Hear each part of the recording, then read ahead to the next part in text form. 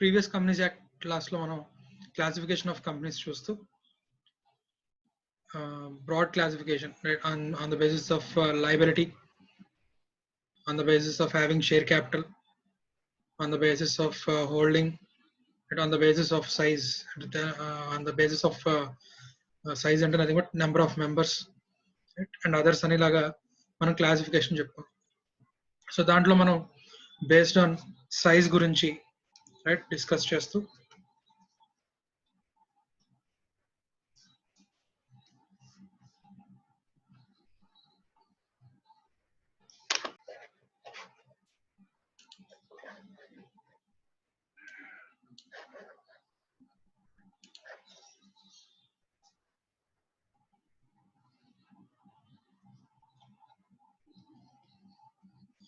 Size based గా మనం classify చేసినప్పుడు ప్రైవేట్ కంపెనీ, పబ్లిక్ కంపెనీ అని చెప్పుకున్నాం.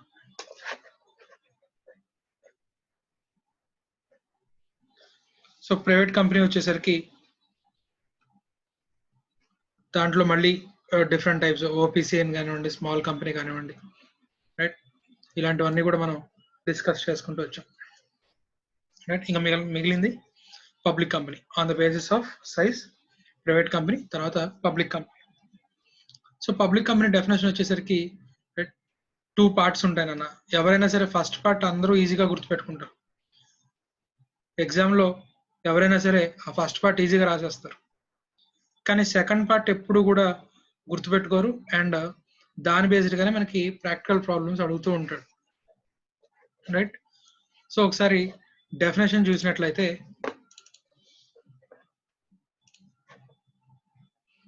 So which is not a private company, right. So first part ఏంటన్నా పబ్లిక్ కంపెనీలో, పబ్లిక్ కంపెనీ డెఫినేషన్లో public company means a company which is not a private company. దీన్ని అందరూ గుర్తుపెట్టుకుంటారు, రైట్. సో సెకండ్ పార్ట్ అనమాట, provided that అని ఇక్కడ ఏదైతే కనబడుతుందో ఆ పార్ట్ ఎవరు గుర్తుపెట్టుకుంటారు, రైట్. సరే, అలాగే paid up share capital which is prescribed, right అంటాడు. సో మనకి ప్రైవేట్ స్టార్ట్అప్ ఇండియాలో భాగంగా right minimum paid up share capital requirements అనేవి తీసేశారు అని చెప్పుకున్నాం. So minimum paid up share capital అనేది లేదు. So public company means a company which is not a private company, right, provided that. So additional condition or second part, a company which is subsidiary. So a company which is subsidiary holding అంటే ఏంటో మనం దీని next in detail discuss చేద్దాం. So a company which is subsidiary of a company not being a private company shall be deemed to be public company for the purpose of this act, even where such subsidiary continues to be private company in its articles. Right? So meer jagrata chadite, right? So a company which is a subsidiary of a company, right? So a company, ee company manam din H anukundam, H private limited, right? So ఈ first company ఏదైతే refer చేస్తున్నాడో that a company అని, that ఆ a కంపెనీని H private limited అనుకుందాం. So ఈ company which is subsidiary of a company, దేనికైతే సబ్సిడరీయో దాన్ని మనం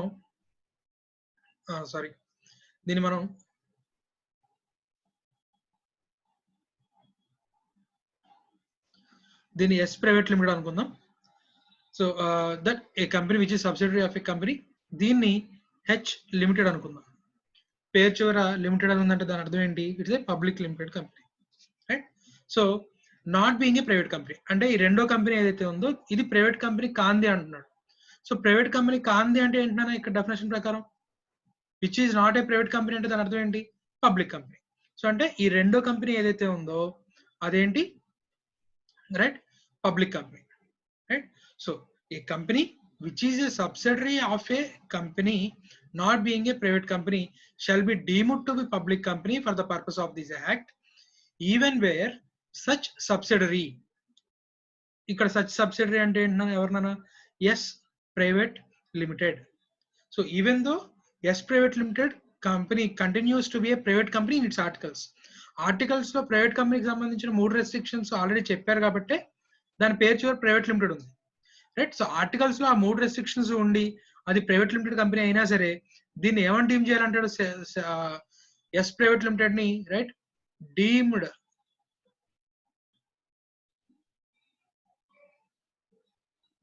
public company, right. So in simple terms చెప్పాలి అంటే ఆ ఎంటైర్ పారాగ్రాఫ్ ని మనం సింపుల్ గా చెప్పాలి అంటే a private company which is subsidiary to a public company will also be deemed to be a public company, right. మళ్ళీ ఇంకోసారి చెప్తున్నాను, a private company which is subsidiary of a public company will also deemed as public company, right. So that ఇక్కడ చూడండి, provided that a company which is subsidiary of a company not being a private company shall be deemed to be public company for the purpose of this act even where such subsidiary company continues to be private company in its articles. So S private limited అనేది articles లో private limited గా continue అవుతున్నా సరే దాన్ని దేనిగా deem చేస్తారు, public కంపెనీగా deem చేస్తారు. ఎస్ ప్రైవేట్ లిమిటెడ్ కి ప్రైవేట్ కంపెనీకి ఉండేటటువంటి ప్రివిలేజెస్ అన్ని కూడా ఏవి ఉండవు, రైట్. పబ్లిక్ కంపెనీకి ఎటువంటి కంప్లైన్సెస్ అయితే అప్లై అవుతాయో అటువంటి కంప్లైన్సెస్ అన్ని కూడా ఎస్ ప్రైవేట్ లిమిటెడ్ కి అప్లై అవుతాయి. సో ఎందుకు ఈ ప్రొవిజన్ అన్నప్పుడు మనకి ఎప్పుడైతే ప్రైవేట్ కంపెనీలో ఉండే investors, right, less than or equal to 200, right, చాలా లిమిటెడ్ పర్సన్స్, రైట్. దట్టు ఆ ప్రైవేట్ కంపెనీలో ఉండే పర్సన్స్ ఎవరైతే ఉన్నారో వాళ్ళు ఒకరికొకరు తెలిసిన వాళ్ళు అయి ఉంటారు, రైట్. కానీ పబ్లిక్ కంపెనీలో వచ్చేసరికి, రైట్, కాశ్మీర్ నుంచి కన్యాకుమారి వరకు, రైట్, కలకత్తా నుంచి గుజరాత్ వరకు ఎవరైనా సరే షేర్స్ హోల్డ్ చేయొచ్చు. ఆ కంపెనీ ఎక్కడైనా ఉండొచ్చు, ఇండియాలో ఆ కంపెనీ ఎక్కడైనా ఉండొచ్చు. సే ఎన్ఎఫ్సిఎల్, రైట్, మన ఏపీలో ఉంది, రైట్. కానీ దాని షేర్ హోల్డర్స్ మొత్తం ఇండియా మొత్తం ఉన్నారు, రైట్. ఇక్కడ కంపెనీలో ఏం జరుగుతుంది ఏంటి అనేది తెలియదు, వాళ్ళు జస్ట్ ఇన్వెస్ట్ చేసేసారు. కంపెనీస్ యాక్ట్ మీద ఉన్న నమ్మకంతో, ఏదైతే కంపెనీస్ యాక్ట్ లో ఉన్న ప్రొవిజన్స్ ఏవైతే ఉన్నాయో ఆ ప్రొవిజన్స్ వల్ల డైరెక్టర్లు మమ్మల్ని మోసం చేయలేరు అనే నమ్మకంతో ఇన్వెస్టర్స్, రైట్, ఒక కంపెనీలో ఇన్వెస్ట్ చేశారు. సో అలాంటి నమ్మకాన్ని, రైట్, కంపెనీస్ యాక్ట్ నిలబెట్టుకోవాలి. సో అందుకని పబ్లిక్ కంపెనీస్ మీద కంప్లైన్సెస్ ఎక్కువ ఉంటాయి, రూల్స్, రెస్ట్రిక్షన్స్, రైట్, కంప్లైన్సెస్ చాలా ఎక్కువ ఉంటాయి. ప్రైవేట్ కంపెనీకి అనే రెస్ట్రిక్షన్స్ కానీ కంప్లైన్సెస్ కానీ ఉండవు, రైట్. సో అందుకని రైట్, సే ఒకడు public company H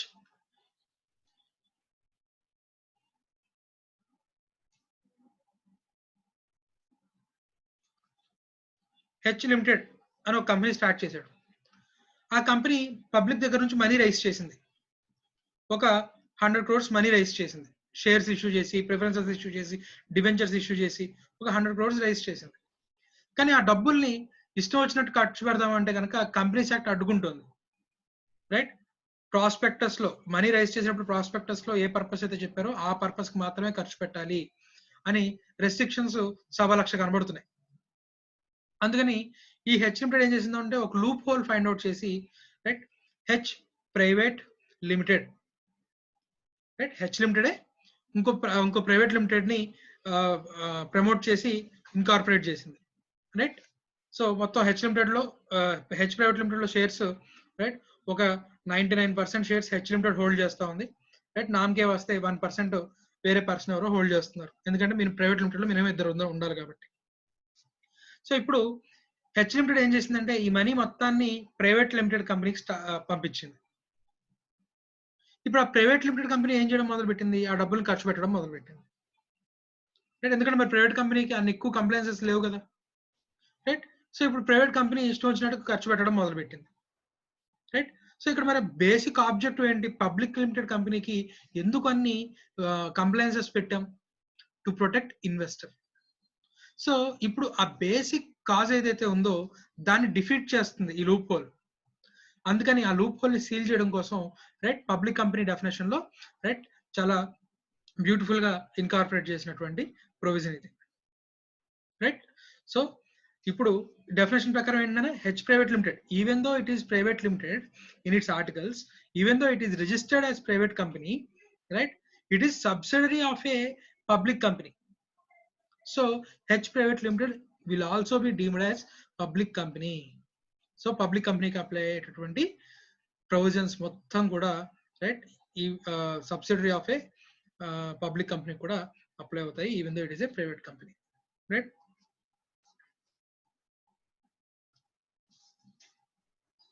important points కనుక చూసినట్లయితే ఇక పబ్లిక్ కంపెనీ గురించి సిగ్నిఫికెంట్ పాయింట్స్ చెప్తున్నాడు right. Which is not a private company, shares are freely transferable.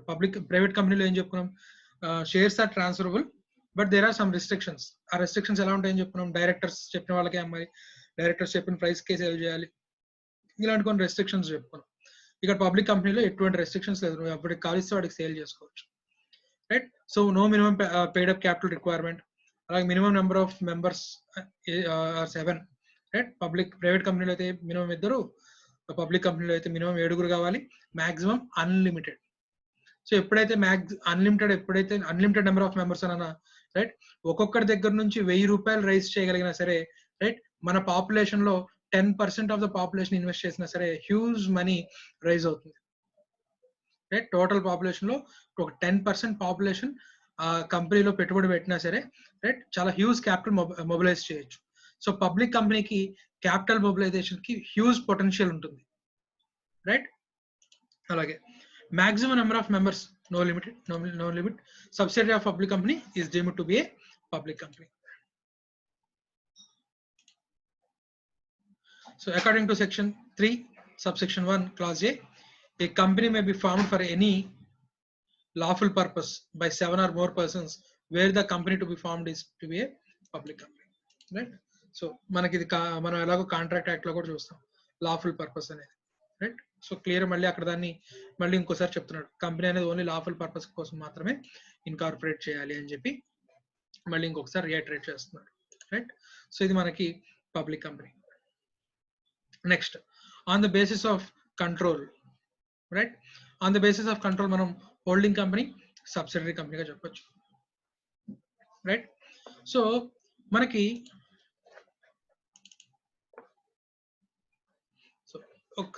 ఇక్కడ ఇందాక మీకు డయాగ్రామ్ సగంలో వదిలేసాను. So public company first part ఏంటంటే which is not a private company, అది ఫస్ట్ పార్ట్. సెకండ్ పార్ట్ ఏంటి, deemed part right. A private company which is subsidiary to a public company will also be deemed to be a public company అనేది second part right. సరే, ఇక్కడ మన holding company, subsidiary company గురించి తెలుసుకునే ముందు right, మనం ఒక చిన్న ఎగ్జాంపుల్ చూసినట్లయితే రైట్. సో ఇది చిన్న గీత, పెద్ద గీత రైట్. సరే, కొంతమంది తెలివైన వాళ్ళు డైరెక్ట్ గా సార్ దాని పక్కన ఇంకోటి ఏదైనా కంపారిజన్ ఉంటేనే కదా చిన్నదో పెద్దదో చెప్పగలం అంటారు రైట్. కొంతమంది దాని చిన్నది అంటారు, కొంతమంది పెద్దది అంటారు రైట్. సో ఇప్పుడు ఇది ఏంటన్నా డెఫినెట్ గా చిన్న గీత.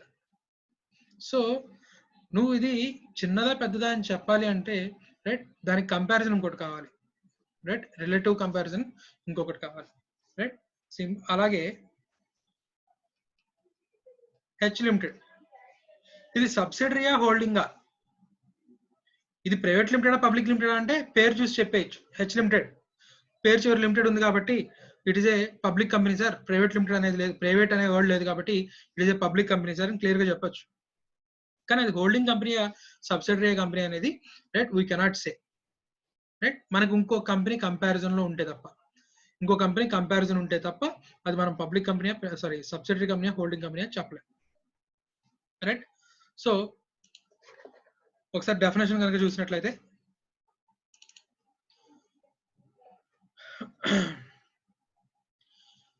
a company is a holding company in relation to right, comparison to one or more other companies, means a company of which such companies are subsidiary companies right.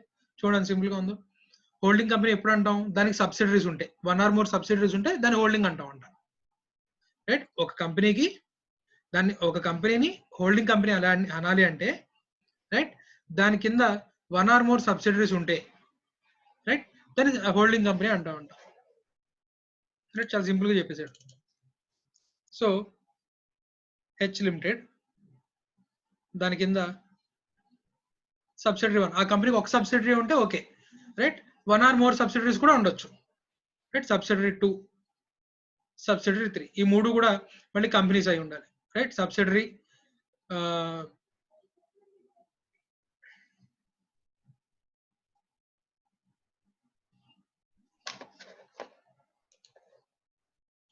So subsidiaries 3 అయినా ఉండొచ్చు, 1 అయినా ఉండొచ్చు, right? So అయితే మరి subsidiary అంటే ఏంటి sir? H limited కి దాని కింద 1 ఆర్ మోర్ సబ్సిడరీస్ ఉంటే దీని హోల్డింగ్ కంపెనీ అనేయచ్చు అని చెప్పారు, రైట్? సో అంటే మనకి సబ్సిడరీ కంపెనీ డెఫినేషన్ తెలిస్తే తప్ప మనం హోల్డింగ్ కంపెనీ అంటే ఏంటో తెలుసుకోలేం, right? So 1 or more subsidiaries ఉన్నట్లయితే దాన్ని మనం హోల్డింగ్ కంపెనీ అనొచ్చు, రైట్? సింపుల్ డెఫినేషన్ అది. సో మరి సబ్సిడరీ కంపెనీ అనాలంటే, సో సబ్సిడరీ కంపెనీ అవ్వాలి అంటే ఇక్కడ కూడా మళ్ళీ 2 పార్ట్స్ ఉన్నాయి. ఈ 2 రూల్స్ లో ఏదో ఒక్క రూల్ సాటిస్ఫై చేస్తే అది సబ్సిడరీ కంపెనీ అనొచ్చు మనం దాన్ని. అందరికీ సింపుల్ గా గుర్తుండే ప్రొవిజన్ ఏంటి అంటే, right, in which more than 51% of the share capital is held by another company, holding company, right? Or more than 51% of the voting power is held by holding company, right? ఇవి ఈజీగా అందరికీ గుర్తుంటాయి, ఆ part అందరికీ గుర్తుంటుంది. రెండో part ఏంటంటే, right, comprises majority of board of directors or controls majority of board of directors. So more than or equal to 51% of voting power, ఇది అందరికీ గుర్తుండేదే, మర్చిపోయేది, right? Controls majority of board of directors, right? So holding company subsidiary కంపెనీలో, right, లేదా వేరే కంపెనీలో majority of the board of directors ని control చేయగలుగుతా ఉంది. కంట్రోల్ చేయగలగడం అంటే, రైట్, వాళ్ళని అపాయింట్ చేసే రైట్ కానీ లేదా రిమూవ్ చేసే right. So appointment reappointment of directors అనే power majority of the board of directors ని అపాయింట్ చేసే రైట్ కానీ రిమూవ్ చేసే రైట్ కానీ, రైట్, ఆ కంపెనీకి ఉంది. సో అటువంటిప్పుడు సింపుల్ గా, రైట్, ఏ కంపెనీలో అయితే బోర్డ్ ఆఫ్ డైరెక్టర్స్ అపాయింట్ చేసే రైట్ ఏదైతే ఉందో ఆ కంపెనీ హోల్డింగ్ కంపెనీకి సబ్సిడరీ కంపెనీ అయిపోతుంది. ఓటింగ్ పవర్ తో సంబంధం లేదు ఇక్కడ, majority of the board of directors ని కంట్రోల్ చేయగలిగితే చాలు, రైట్? సో ఇలా అయితే మరి బోర్డ్ ఆఫ్ డైరెక్టర్స్ ఒక 15 మంది ఉంటే ఒక 9 మందిని కిడ్నాప్ చేసుకొని తీసుకొచ్చేస్తే, రైట్, ఇప్పుడు మరి హోల్డింగ్ కంపెనీ ఒక 9 మంది బోర్డ్ ఆఫ్ డైరెక్టర్స్ ని కిడ్నాప్ చేసి తీసుకొచ్చింది, రైట్? ఇప్పుడు మరి అది ఇప్పుడు హోల్డింగ్ కంపెనీ అయిపోతుందా? రైట్, ఒక కంపెనీ ఇంకో కంపెనీలో ఒక డైరెక్టర్స్ ని ఎత్తుకొచ్చేసింది, రైట్? సో ఇప్పుడు ఎత్తుకొచ్చింది, రైట్, ఇప్పుడు మరి హోల్డింగ్ కంపెనీ అనే ఇచ్చా అంటే ఇక్కడ ఆ విధమైన కంట్రోల్ కాదు, on paper, right, on paper board of directors appoint చేసే రైట్ ఒక కంపెనీ ఇంకో కంపెనీకి ఇస్తుంది అనుకోండి, రైట్? అట్లాంటి సందర్భాల్లో, రైట్, సబ్సిడరీ అవుతుంది. ఒకసారి డెఫినేషన్ చూసిన తర్వాత ఇలాంటి సిచ్యువేషన్ ఎందుకు వస్తుందో, రైట్, నేను మీకు చెప్తాను.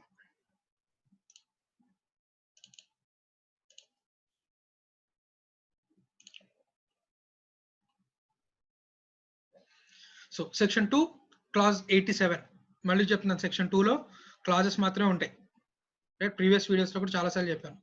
సెక్షన్ 2 సబ్ సెక్షన్ 87 అనకూడదు, సెక్షన్ 2 క్లాజ్ 87. సెక్షన్ 2 లో డెఫినేషన్ క్లాజ్ లో ఎప్పుడు కూడా, డెఫినేషన్ సెక్షన్స్ లో ఎప్పుడు క్లాజెస్ ఉంటాయి.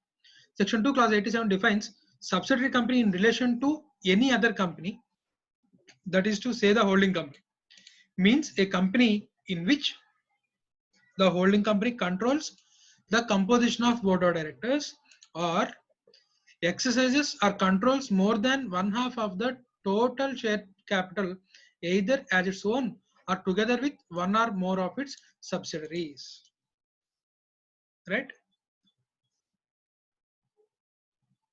Either on its own, either at its own or together with one or more of its subsidiary companies. Direct గానే హోల్డ్ చేయాల్సిన అవసరం లేదు, రైట్? తన యొక్క సబ్సిడరీస్ ద్వారా కూడా హోల్డ్ చేయొచ్చు. దీన్ని మళ్ళీ ఎక్స్ప్లెయిన్ చేద్దాం బోర్డు మీదకి వెళ్ళిన తర్వాత, right? So provided that such class or classes of holding companies as may be prescribed shall not have layers of the subsidiaries beyond such number as may be prescribed, right? So ఇదేదైతే ఈ part ఏదైతే ఉందో ఇది companies act 1956 లో లేదు, కొత్తగా వచ్చింది, right? So suit case companies అనే వర్డ్ మీరు చాలా సార్లు ఎక్కువ వినుంటారు, రైట్? మనకి సత్యం స్కామ్ లో కానీ నెంబర్ ఆఫ్ జరిగిన హవాలా స్కామ్స్ కానీ, రైట్, సో మన స్టేట్ కి సంబంధించి జేడి లక్ష్మీనారాయణ గారు తీసిన కొన్ని కేసెస్ లో కానీ రైట్ ఈ సూట్ కేస్ కంపెనీస్ అనేవి రైట్ ఫామ్ అయ్యి రైట్ కంపెనీ కింద కంపెనీ కంపెనీ కింద కంపెనీ కంపెనీ కింద కంపెనీ కంపెనీ కింద కంపెనీ ఫామ్ అయిపోయి రైట్ వాటిని డబ్బుల్ని సింపుల్ గా దేశాలు దాటించేశారు. సో అందుకని అలాంటి రెస్ట్రిక్షన్స్ తీసుకురావడం కోసం ఏంటంటే నెంబర్ ఆఫ్ లేయర్స్ ఇన్ని దాటకూడదు రైట్ అనేది చెప్తాడు. అది 2 layers దాటకూడదు అని చెప్తాడు. దీన్ని కూడా మనం సిఐపిసిసిలో చూద్దాం రైట్. సో మీరు డెఫినేషన్స్ గుర్తుపెట్టుకోవాల్సి ఉంటుంది. ఎందుకంటే నాన్న మనకి కంపెనీస్ యాక్ట్ నుంచి టంచన్ గా 15 మార్క్స్ వస్తాయి. అందులో 6 మార్క్స్ ప్రాక్టికల్ క్వశ్చన్స్ అడుగుతున్నాడు, మిగిలిన డెఫినేషన్స్ అడుగుతున్నాడు రైట్. సో పక్కాగా మీరు డెఫినేషన్స్ గుర్తుపెట్టుకోవాలి. ఏదైతే అక్కడ మనం చదువుతున్నామో రైట్ అందులో మళ్ళీ సగం ఈ సబ్సిడరీ కంపెనీ డెఫినేషన్ అడిగారు అనుకోండి సగమే రాస్తారు. if a company controls if the company owns more than 51% of the share capital in another company, it is known as holding company అని చెప్పి రాస్తారు రైట్. రాసేసి రైట్ నాకు 5 మార్కులు వస్తాయని అనుకున్నాను నేను రైట్, నాకు ఐసీఐ వాడు దెబ్బేసాడు, నేను అనుకున్న దాంట్లో సగం మార్కులు వేసాడు అని ఐసీఐని బ్లేమ్ చేస్తే కుదరదు. 2 parts రాయాలి. రెండో పార్ట్ ఏంటి? Control the composition of board of directors right.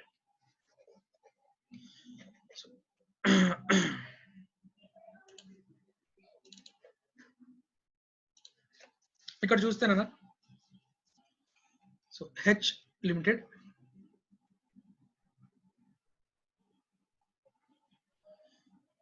Yes limited లో 70% of paid up share capital hold చేస్తుంది. సో ఇప్పుడు వీటి మధ్య ఉన్న రిలేషన్షిప్ ఏంటి? హోల్డింగ్ అండ్ సబ్సిడరీ రిలేషన్షిప్ ఉంది రైట్. ఓకే, ఇప్పుడు S limited right S1 limited లో రైట్ ఒక 40% paid up share capital hold చేస్తుంది. సో ఇప్పుడు S1 కి S కి ఉన్న రిలేషన్షిప్ హోల్డింగ్ సబ్సిడరీ అనొచ్చా? అనలేం. ఎందువల్ల? Less than 51% of the paid up share capital మాత్రమే ఉంది రైట్. సరే, హోల్డింగ్ కంపెనీ డైరెక్ట్ గా S1 లిమిటెడ్ లో ఒక 5% హోల్డ్ చేస్తాం రైట్. అలాగే హెచ్ కి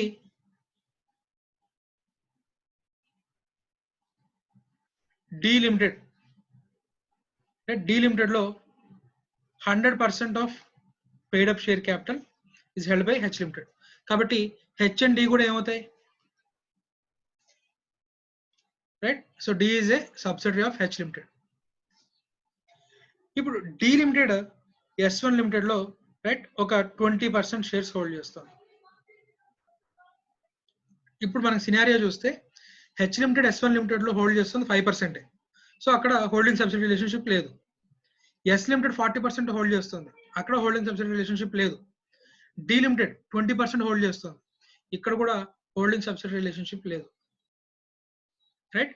సో అంటే S1 లిమిటెడ్ కి అసలు హోల్డింగ్ కంపెనీ లేదు, అది ఎవరికి సబ్సిడరీ కాదు అనుకోవచ్చు. కానీ మనకి సబ్సిడరీ డెఫినేషన్ ఏం చెప్పాడు?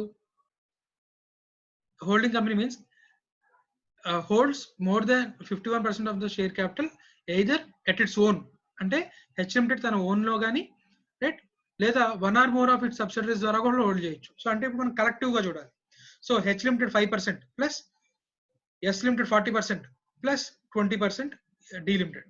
So 40 plus 20 60, 60 plus 5% 65%. So more than 51% ఉంది కాబట్టి right S1 limited is subsidiary.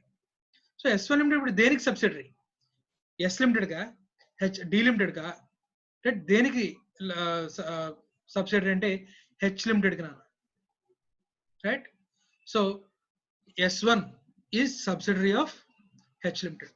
So ఇంకొక సింపుల్ ఇంకొక ఎగ్జాంపుల్ చూద్దాం. So H limited holds 60% of K Limited.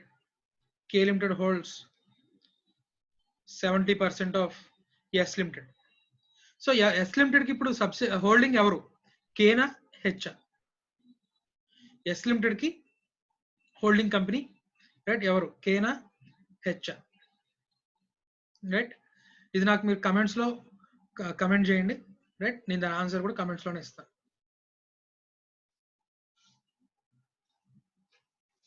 Right, okay. So ఇక్కడ మనకి హోల్డింగ్ సబ్సిడరీ అయింది. అయితే మీకు ఇందాక నేను చెప్పాను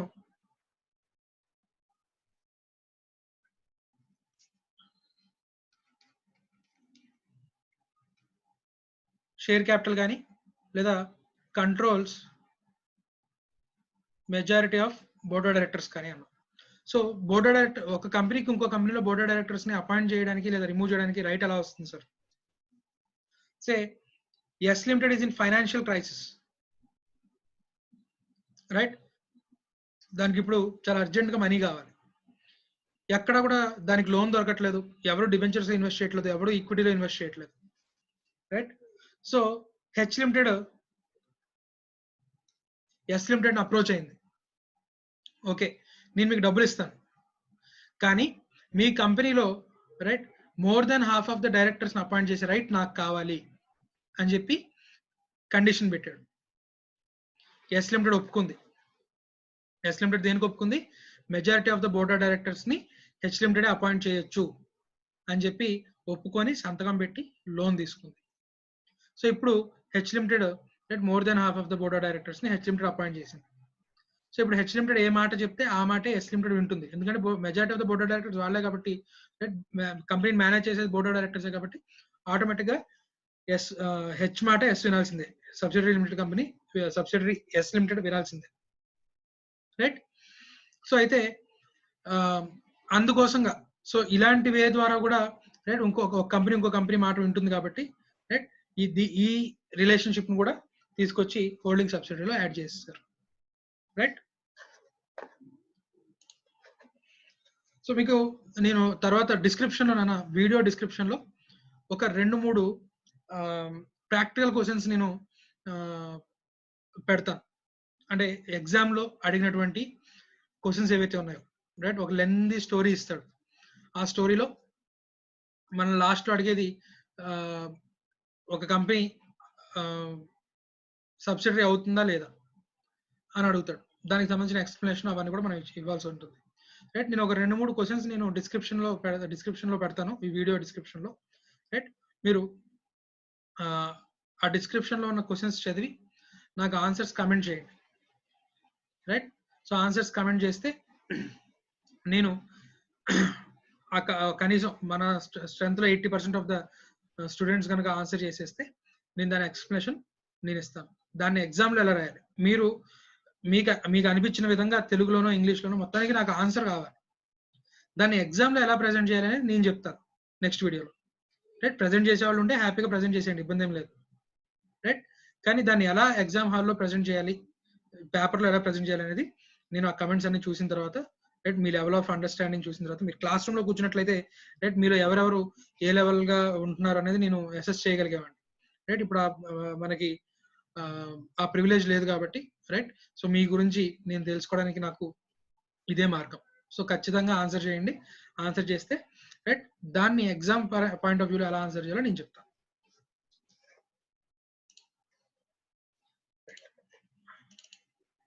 సో హోల్డింగ్ సబ్సిడరీ కంపెనీ అయిపోయింది.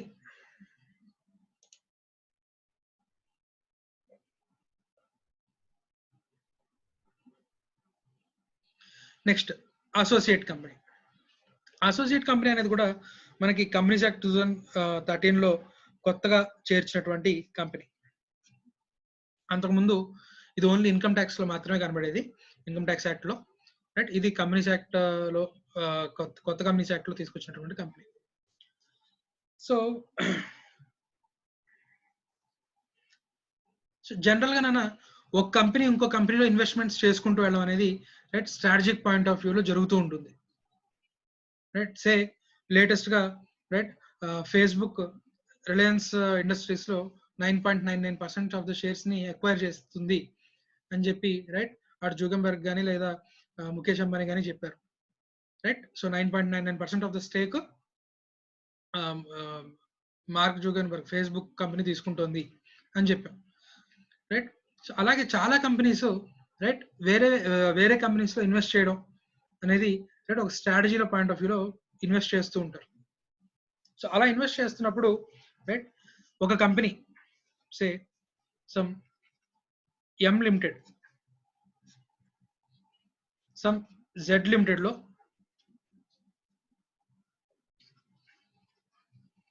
More than 20% of the share capital hold చేస్తున్నట్లయితే దీన్ని సిగ్నిఫికెంట్ ఇన్ఫ్లుయెన్స్ అంటాం మనం. రైట్, దీన్ని సిగ్నిఫికెంట్ ఇన్ఫ్లుయెన్స్ అంటాం.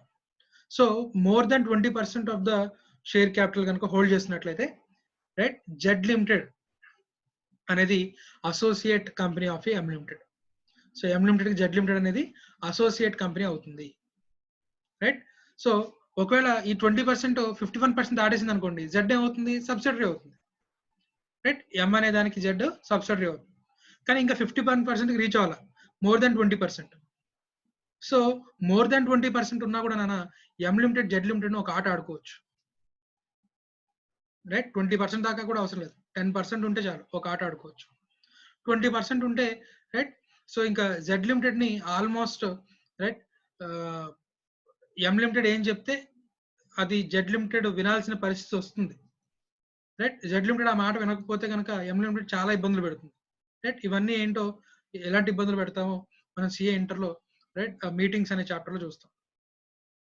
రైట్, సో అందువల్ల more than 20% of the shares కనుక హోల్డ్ చేస్తున్నట్లయితే రైట్, సో దీన్ని ఇక్కడ అసోసియేట్ రిలేషన్షిప్ అంటాం.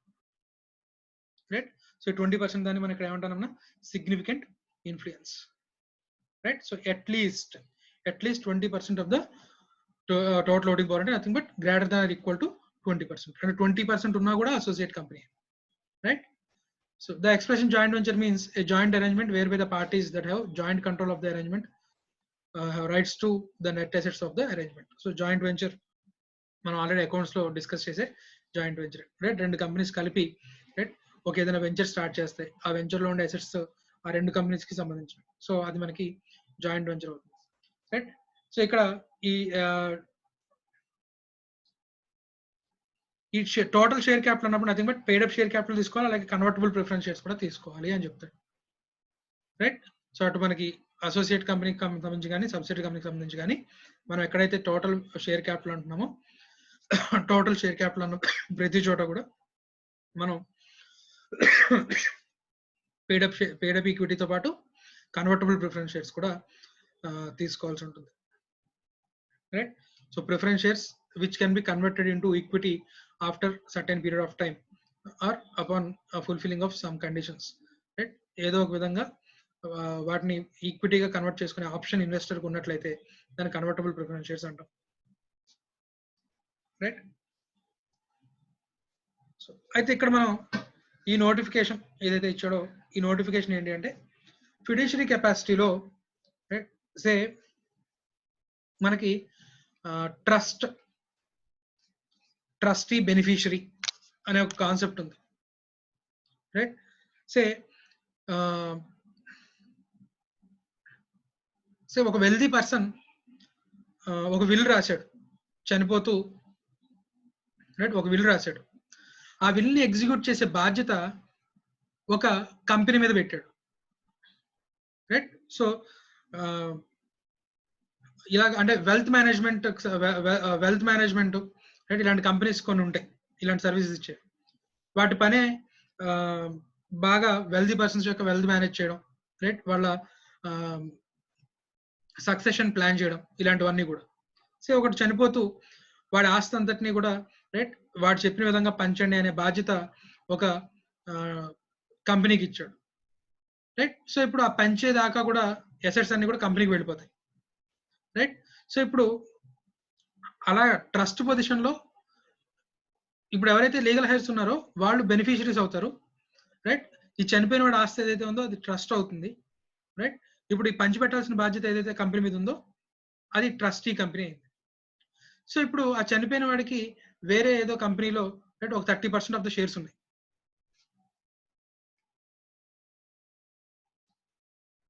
ట్రస్టీ లిమిటెడ్ కేమో జెడ్ లిమిటెడ్ లో ఒక 30% షేర్స్ ఉన్నాయి. ఇప్పుడు ట్రస్టీగా చనిపోయిన వాడి ఆస్తి వచ్చింది కదా ఇక్కడికి, ఆ పొజిషన్ లో ఒక 30% షేర్స్ హోల్డ్ చేస్తాం. సో ఇప్పుడు ఈ 30 ఈ ప్లస్ 30 మోర్ దెన్ 51% అయింది కాబట్టి ఇప్పుడు trust limited Z limited holding అవుతుందా అంటే ఈ 30% అంటే ఫిడ్యూషియరీ కెపాసిటీలో ఏదైతే హోల్డ్ చేస్తున్నారో దాన్ని ఈ కౌంటింగ్ కి తీసుకోకూడదు అని చెప్తాడు. Right, if a company holding any shares in a fiduciary capacity, వాటిని ఈ అసోసియేటెడ్ కంపెనీగా కానీ లేదా ఈ మన హోల్డింగ్ సబ్సిడరీ కంపెనీగా కానీ రైట్ మనం కౌంట్ చేయాల్సిన అవసరం లేదు అని చెప్తాడు. రైట్,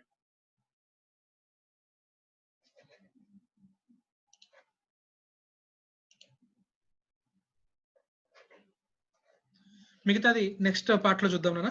మిగతా types of companies next part లో చూద్దాం.